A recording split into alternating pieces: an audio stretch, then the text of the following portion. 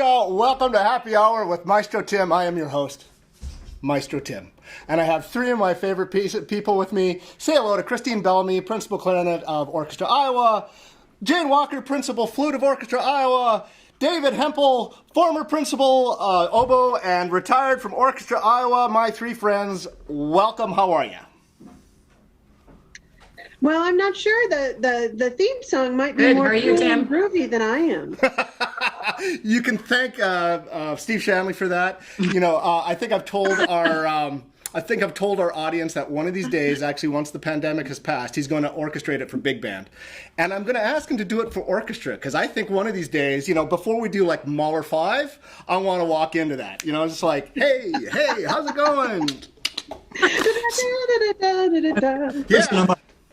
So, first of all, what are we drinking? Let's start with you, Christine. What do you got? I have a not vodka cranberry cocktail since I'm teaching later. Ah, you're teaching. We're going to get to that later on in the episode. Jane, David, what are you bringing to the game? Oh, I got a chai latte. I have a cup of tea. It's a turmeric ginger. whoa, slow down. You know, We don't get too very rowdy healthy. for you. yeah, you guys are just like party animals. I got a little bit of Sauvignon Blanc. So, cheers to you all, and thank you for saying yes. So, virtual clink here, clink. Good. So, David, let me start with you. Age before beauty. There are, of the many things that I admire about you, it's your love of music. So you've played oboe with the orchestra for so many years. You and Jane were owners and operators of Ebel Music, and yet I still see you at concerts. So why aren't you sick of it yet?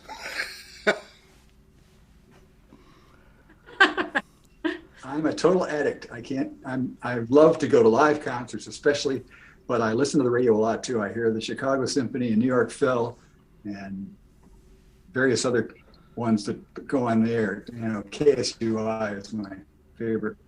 KSUI, my radio station. And I listen to music a lot. And sometimes my CDs too. I got 100 million CDs, and I'm starting to actually go through them and sort them out for the first time ever. You know, so it's because this one thing is kind of hard. I love listening to music. This is what's kind of hard for musicians. You know, I mean, we're brought up all the time to listen critically. You know, sometimes it pushes out our enjoyment of the art. Have you gotten past that, where when you go to a concert, you were there and you just enjoy the experience, you enjoy the performance, or do you still go back home saying, you know, that oboe player, I don't know, or that interpretation, yeah, I don't know. So have you been able to get back and get your civilian ears back on rather than just being a musician?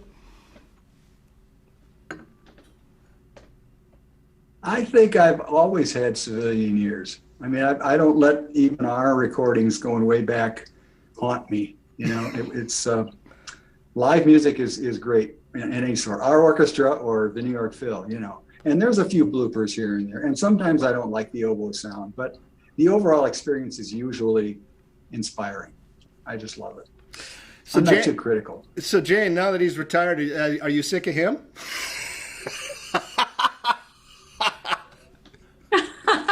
Have questions? He's actually really good company. That's a relief seeing that you're married. He's good company, and I'm glad to have somebody to talk to. Yeah. Still happily so. Yeah, good. Hey, when did the beard come in? That's a new look, and I got to say, you wear it well. I think you look fabulous, by the way, David. When did you become Wolfman David? This is. I had a longer beard than this when I first joined the orchestra in the 70s. In fact, my stand partner then had really straight, long blonde hair, just like I did. And the orchestra took a picture of us, and I swear to God, it looked like the wood portrait of the guy with the pitchfork and his wife or his daughter, whatever. What a Grant Wood. Yeah, Grant Wood. Yeah. So anyway. You know, one of my favorite memories And was when we first started playing Nutcrackers, and Scott Schulte was performing as the grandfather, and I had him address the orchestra, and I think it was our very first Nutcracker, and he had a beard on, and he looked a lot like Tchaikovsky, and so I had him address the orchestra as though he were Tchaikovsky. But David, you look like Charles Ives. Man, I gotta have you come in and just like give the orchestra a pep talk next time we do Central Park in the Dark. So we're going to do something atonal or bitonal. Or... That's right. Absolutely. So, Christine, you're next here. So, what have you been doing? Because offline, you were saying you work at the library, the public library in Iowa City, but you're not allowed to actually be there, right? Right. I work at the university library as a cataloger, and I've been working this whole time. Everybody talks about all this time they have that they should be doing things, but I haven't felt like that at all. I'm working full time from home. There was an issue with software that didn't work as splendidly as they wanted when they bought it, so we have to re-input all the data. So I've been working on one of those projects. And a couple of weeks ago, we started a new system of working from home. So now I have scores delivered to my door. And of course, I've been teaching and playing here and there and all these projects because it's me. When you say scores to your door, are you talking new acquisitions or old acquisitions that you have to somehow stuff in the shelves? New scores that need to be cataloged and shipped to the Rita Benton Music Library. Oh my God, yeah. Does anybody know? Going back to my regular job, just not in my regular location. It's a good thing you know how to read music, maybe, right? I've been asked that. Do you know how to figure out the key thing? I've got this guy who will help me with that sort of thing. So, but you're balancing your life. So you are working at home. But you've still managed to teach. Now, you're a private instructor, so how has that worked? Because I know a lot of people who are watching, a lot of people in the orchestra, a lot of our followers across the country are kind of in a similar space as you. So how have you figured that out? Well, I have it much more easy than some of my colleagues. My studio stayed with me and only one graduated, and I've acquired a couple of new students. Normally I'd be up to 25 and I'm down to 19, which is groovy, and they've all gone online with me. And then in the middle of the summer I went, wait, I could be teaching the quartets if they're willing to meet outside. So I have two quartets that meet year-round, and we've been meeting outside 6 feet apart in the parking lot in front of Brugger's there. So sometimes people come by and they're like, hey, can we pay you? And I'm always like, yeah, you can. Sure. Pay for this music that I buy for them. Well, so we've been performing for some of the retirement centers outdoors. We just did a spooky 2020 concert, which other people would call Halloween, on Saturday. So you're in the same boat as a lot of restaurants, because now it's about to start getting colder. So I mean, over the summer that was easy, but now it's going to get harder. So what's your plan B, or do you even have one? Well, I'm sticking with. I've taught all lessons on Zoom, and I'm staying there. Probably 75 to 90% of my studio is online only for school. So they're okay with continuing with me on Zoom. And then the quartets, we're negotiating what they feel comfortable with. There could be a hiatus till spring, or I've asked my church if we can use a big space to coach in or something, and we'll see if the parents feel safe. That's more important than anything, but I'd hate for them not to get to meet until, April, May, when it's warm enough again. So we'll see what we feel safe with. We're still outside for now. How have the parents been? I mean, have they been supportive? Have they been easy to work with? Completely supportive. Good. Yeah, the only thing is everybody wants me to start doing online payment. Oh, yeah. Yeah, everybody can do that. Christine, can you join the 21st century? Well, have you heard of Venmo? Hey, by the way, we've been asking our viewers to actually use that tip jar to Venmo us. And the funny thing is, because David, Jane, I'm an idiot when it comes to technology. And so it was only about 3 week, Dad? Was it about 3 weeks ago? I'm making this pitch to everyone, so, hey, if you like this episode, Venmo us. And you think I could get Venmo out? I couldn't get Vimeo and Venmo straight. I crashed and burned. It was awful, but thank goodness. By the way, I'm talking to people who are tuning in. That's you. No, not you. No, you.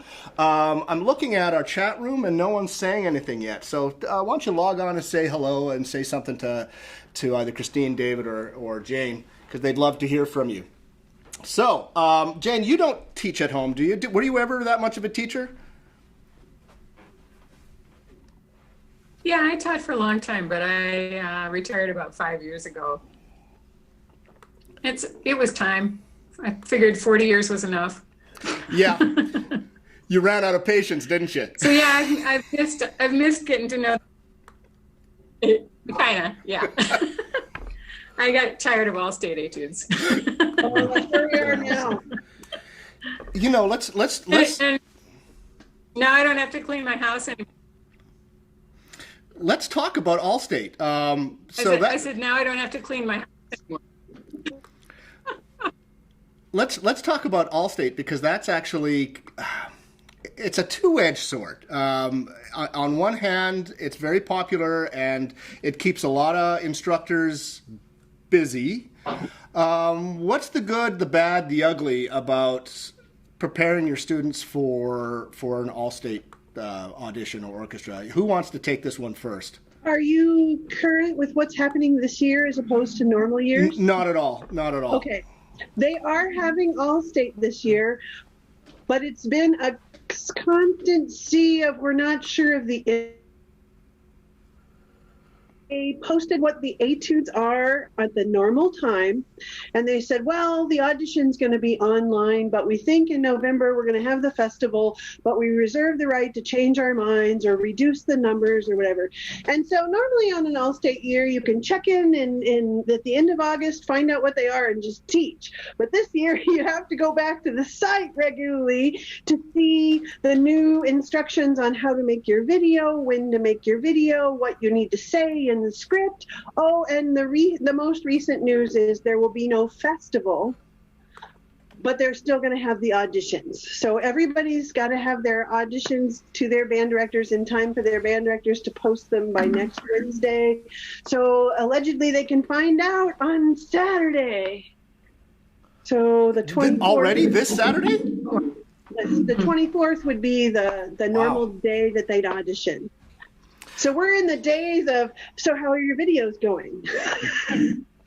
They have to make separate tracks with a clock behind them to show that they're not editing, they're playing.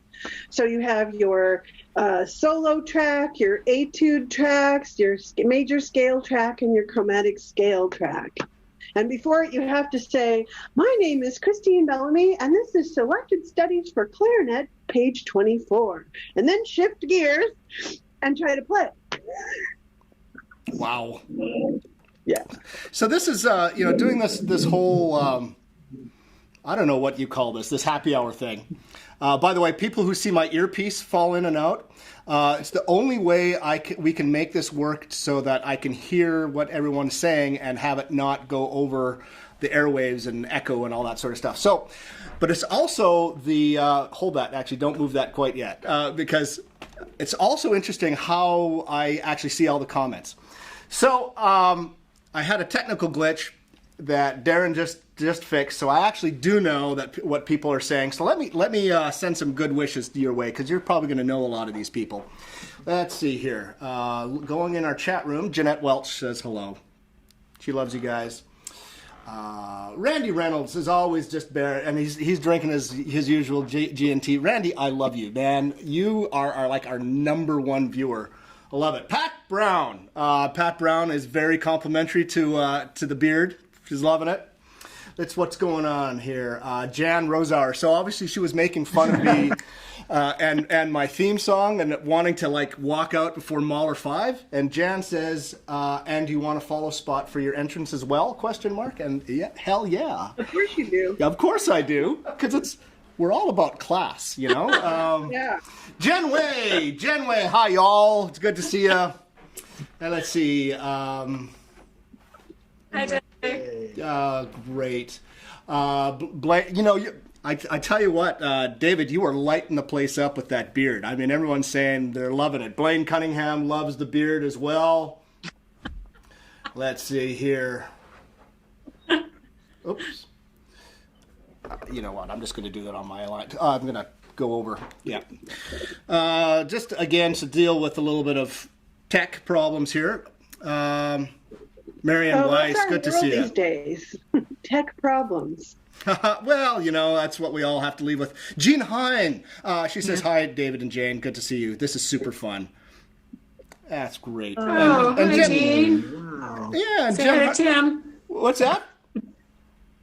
And Jen Hartman says she auditioned for university school at Just University saying of hi Iowa. to Jean. Oh, wonderful. Yeah, Jen Way, he needs to go get a drink. I'll say. Yeah, it's about time, Jen Way. It's like about 3 months too late. All right. So let's talk about silver linings, because everybody I was talking to, I mean, obviously this is a tough time for America. This is a tough time for the world. I mean, people are going through tough, hard, difficult situations, no question about it. But there are also some good benefits. So as I'm going to ask each and every one of you about what this time has meant to you in a positive way. But I'm going to start with a very funny opener because one of the silver linings, Jane, is you don't have to play Nutcracker this year. So let's start with you and your relationship with Nutcracker. Or Tchaikovsky in general. Tchaikovsky in general, yes. I have said year after year that I will never play Nutcracker again. And then it comes around and I feel like, well, I should probably play Nutcracker. And over again. People think that when you've played something a bunch of times, it's just in your fingers and everything, but it isn't. You have to keep slogging away. So, yeah, that's a real silver lining for me. No Nutcracker. Thank you. People underestimate Nutcracker. It's great music. If we could see it. Yeah, but it's hard. I mean, it is hard for everyone, and there are all these arrangements of Nutcracker because the original was written for such huge orchestras that don't fit in most pits anymore. So there are these what we call reductions, and so just in terms of stamina, right. David, do you remember when you had to play it? I mean, was this a real chop buster for you when you had to do Nutcracker?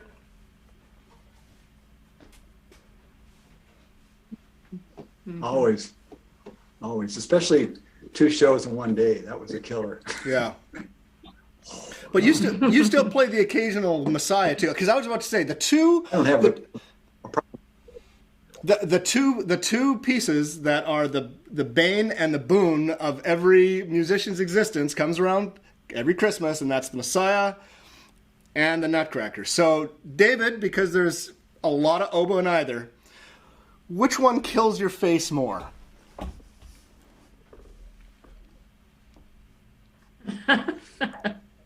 Nutcracker. Yeah. You have more rests, with certain arias that you're not playing in the oratorio. But Nutcracker is everything's there. Right. That's a tough one. Right. Bassoonist right, might Christine? have a perspective, but well, hey, Messiah's great for me. Yeah. No clarinet parts, so not tiring at all. Yeah, right. Christine, let's go back to you in the library. So there's a lot of destruction in this area with the derecho. Cedar Rapids got hit really bad. Iowa City got hit bad. Was there any damage to the library or to your own personal property? I was fortunate that I'd seen they were sending out, what are those called, hawk alerts. They're going to be 80-mile-an-hour winds, and I'm like looking out the window at the sunshine, going, really? Well, okay. And I decided I've been walking around my building since I live in an apartment to go get the mail and try not to expose myself more than I have to. And I came around the back of the building to come back in my apartment. I was like, whoa, that has really moved fast. And I got inside and I had been toying with the idea of leaving the windows open because, yeah, I'm so glad I closed them just in time. And I saw, the wind was going by horizontally and everything, but I didn't think that much of it because I personally only had power flicker. And then I started getting all these texts of, are you okay? Are you okay? I'm like, maybe I better pay attention to what's going on. The library, we were pretty fortunate with the libraries, I have to say. But there was some damage to the main library roof. And we didn't realize it until we saw a picture posted in the newspaper of, this is some damage to the main library. And we were at a Friday afternoon hangout on Zoom, and they were telling us, this is how we found out about this damage. But no, the libraries came through pretty well. So I was grateful for that. I'm going to go check our chat room again now that I figured out the technology and see what's going on. Randy Reynolds says both a bassoonist, accordionist, and singer drinking is required. Yes, for sure. Genway's the bane to Genway's existence is Sleigh Ride. Why is Christmas getting all dissed here? Christmas is coming, everybody. Everyone should be getting excited about this. Hey, we got through last season without Hoedown for the first time, and I can't remember how long. Okay, so you are welcome. Because I'll share with you the stuff that I have a hard time ginning myself up for. Believe it or not, I still love Christmas. It is such a crazy thing to get that thing on stage, and the stress going up to him, I'd always say, I'm never doing this again. And then after we finish, I go, that was, let's do that again. Let's have more guests. Yeah, even more, exactly. Dancing and spots and taps. But while everyone's giving Christmas a real bad time, let me tell you some pieces. Whenever the artistic committee is saying, hey, Tim, why don't you do this piece? I always say, that's great for a guest conductor, and some of it's really great stuff. It just isn't mine. It just isn't for me. For example, Franck D minor symphony. You probably will never ever see that piece on a program. I don't miss it. Unless somebody in our audience gives us a total ton of money for us to do it. And then I say, I can find the inspiration to be artistic with that piece. Schubert 9. Schubert 9, that is another one that, great piece, really great piece, just not for me. Not for me. And then pretty much else I can hold my nose and do. Really, I can. Yeah. So, getting back to being serious here, Christine, what has this pandemic given you in a positive way? In a positive way, I have maintained my practicing of technique that the basics work that you do, that sometimes when we get in the busy season or whatever, it's like, oh, I have to put that aside and just keep up with repertoire. So I've revisited all the basic etudes and kept up with the scales. And then I got brave. I had this habit of practicing in the parking lot before work so I could get an extra hour in. But the library parking lot was closed because they're building the art museum and other things are going on. So I got brave and I went to a lumber yard. And I said, is there any way I could practice here at 5 a.m? And until it got below 50, I was getting that extra hour of practice in every morning. So that was fun. And we had these Friday afternoon hangouts with the library, and they were like, we need to come up with things to stay connected and keep positive. So Katie Buhner, the music librarian, and I did a bunch of Friday afternoon concerts for the library on Zoom. So I bought all these books with CD. So I did the Star Wars show and the Harry Potter one and the movie themes one and the Gershwin one. And so we did a bunch of those kinds of pop concerts with CD for the library, my Friday afternoon concert. let me follow up on that because I don't think the average person, the lay person, really understands this. Between just playing your instrument and keeping on top of your technique, using etudes and like, it's not as though a marathon runner or a sprinter just like gets up and does it. I mean, they have to go through rigorous training and conditioning and warming up and warming down, everything to maximize the body. And so talk a little bit about technique and what happens if you don't keep up with it. You don't make it through Nutcracker. Yes. You go to play and it goes, I can't make a sound. You might remember a very embarrassing rehearsal that I had once for Bruce Moore that happened to me. I think I'm known as a practicer in our group, but yeah, if you're not keeping up with long tones to keep your face strong enough, I guess some instruments can put it down for a while and pick it up and get back in shape. But man, these muscles are only this big. And they don't stay strong from talking and breathing and laughing and drinking and working and no.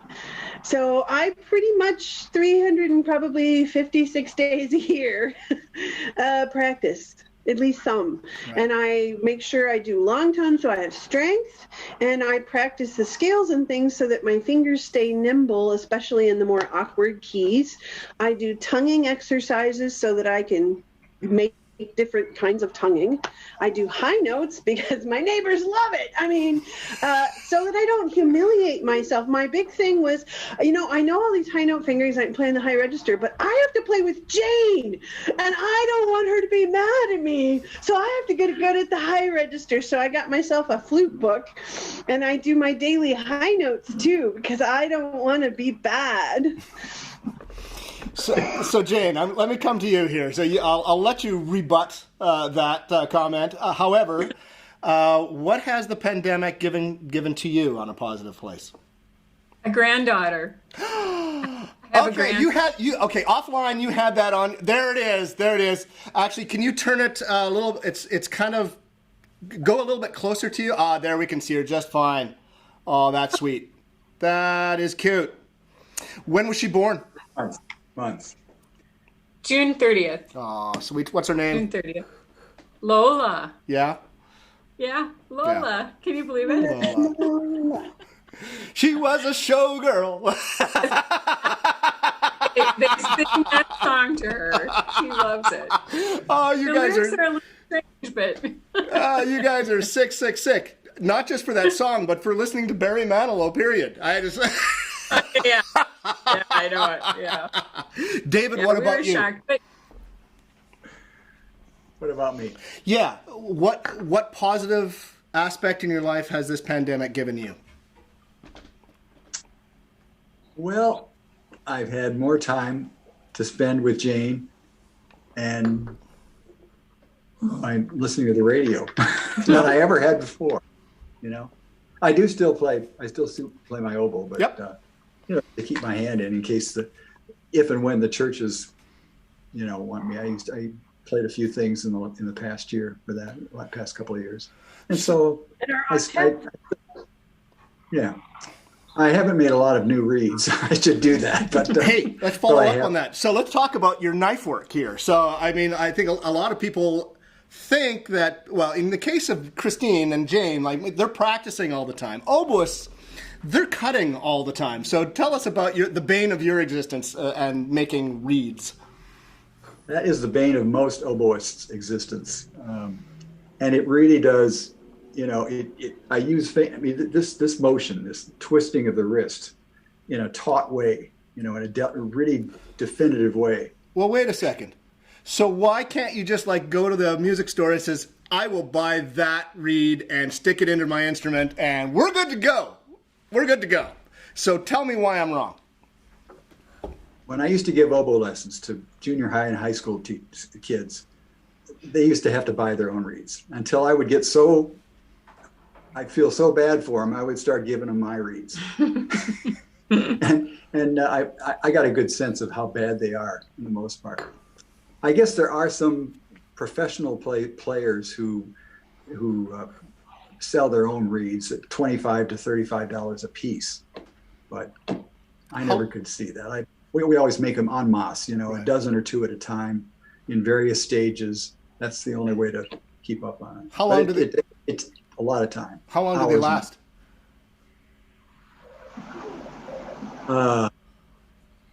If I can get one to last for a dress rehearsal and one concert of the two for the weekend, right, that's doing pretty well.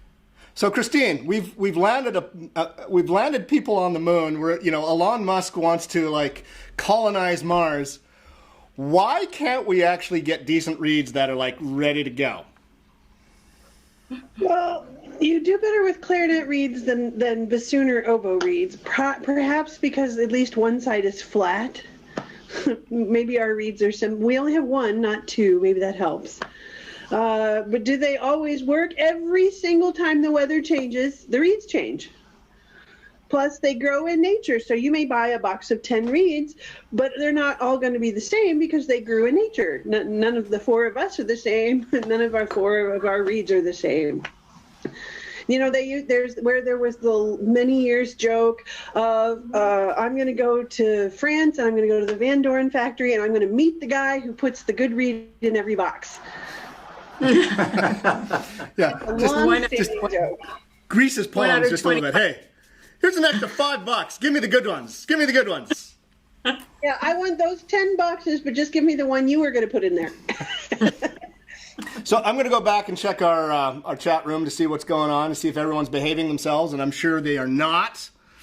Let's see. It's no fun if they do. Yep. So we're just dumping on Christmas for some reason, Ed. I don't know why. So Blaine Cunningham, Christmas folder. right? So he's our tubist and he's our librarian, and I can tell you the hardest working guy in the entire organization when it comes to Christmas is our librarian, and he's not a big fan of working on Christmas because. We have to put together, 20, 30 pieces. Is that about right, Ed? Yeah, for Christmas, just to keep, because they're all 2 minutes long. And right. So the stacks of music that he has to put together and organize is just an absolute crazy. Jen Way, he's been doing etudes and went through Kreutzer and now Campagnoli. Good for you, Jen Way. Excellent. You're getting lots of congratulations from Blaine and from Jen and from Pat Brown and Siobhan. And Jen Hartman says, my favorite thing about oboists is the quote-unquote hardware store they have to bring on stage to fix their needs. This is true. Why can't you be like a violinist? That they're supposed to bring in their instrument, sit down and play. But no, David, you come in with all these things. What's with the water? What is, are you bringing coffee on stage? Or, what's going on with all the stuff that you're bringing to the party?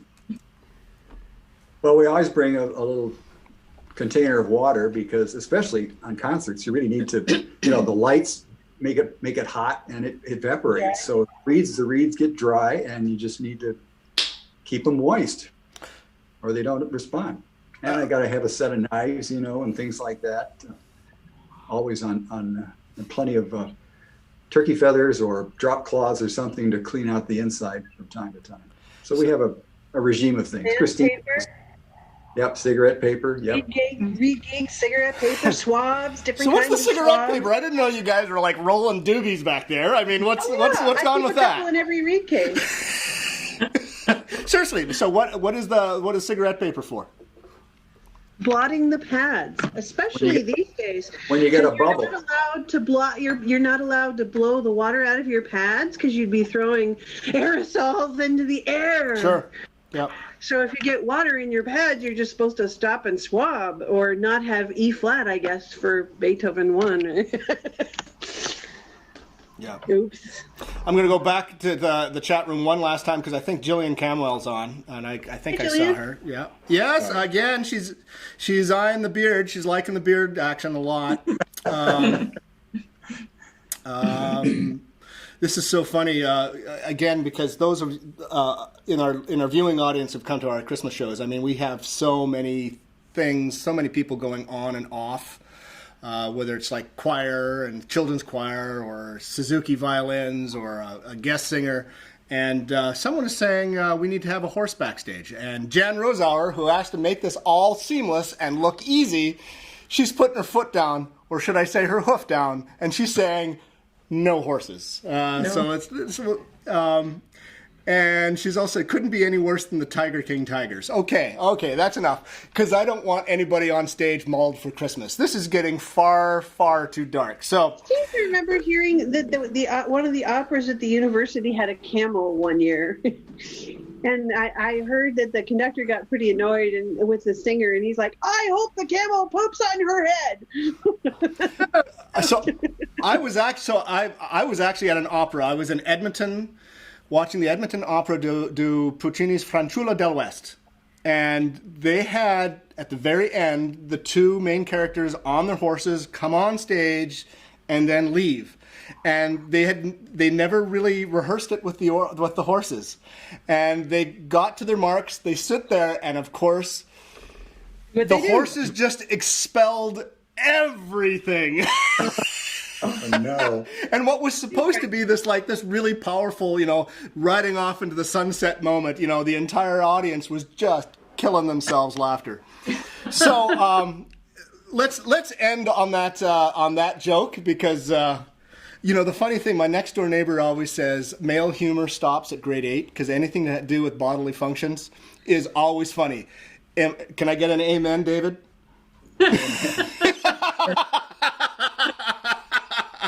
Oh, dear. So we've come up to our half hour. I want to thank you all. I miss you guys so much. Keep playing, keep fighting the good fight. We're going to see each other again real soon beyond these. Darren's giving me a lot of... come here, Darren. You got to meet him. He's telling me to make a plug for Venmo, which is right. So that if you like this episode, send us a few dollars. Just Venmo us some cash. And our next week's guest, he's telling me, I'll show everybody. Next week's guest is Dan Gable, and you're probably wondering, what does Olympic wrestling and symphonic music have to do with each other? Well, it's obvious. They're both full contact sports, as you know. But we're going to talk. We wrestle with a lot of things. We're going to talk a lot about leadership, about character building, about development of talent, all that sort of thing. So join us there. And of course, Bailey isn't here, is she? Because I threatened that I was going to put her on, because Amazon Prime has this thing called Amazon Smile, right, Darren? Yes. Why don't you come on here, because I'm an old fogey. Every time I try and do something like cool, hip, and filled of technology, I blow it. So tell us, get into the frame. Sure, here, sure. Come on.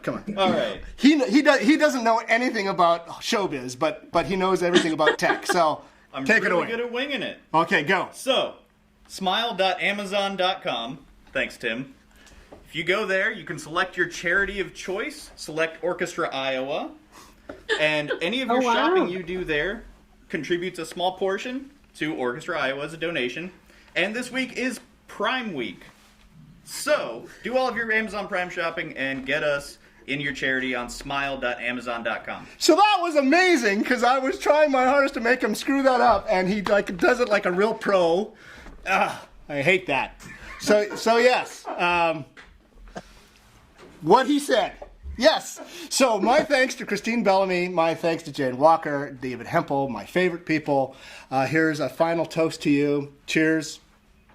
And stay online. We're going to take it out, Ed, and then I just want to say goodbye and thank you offline. So, to you.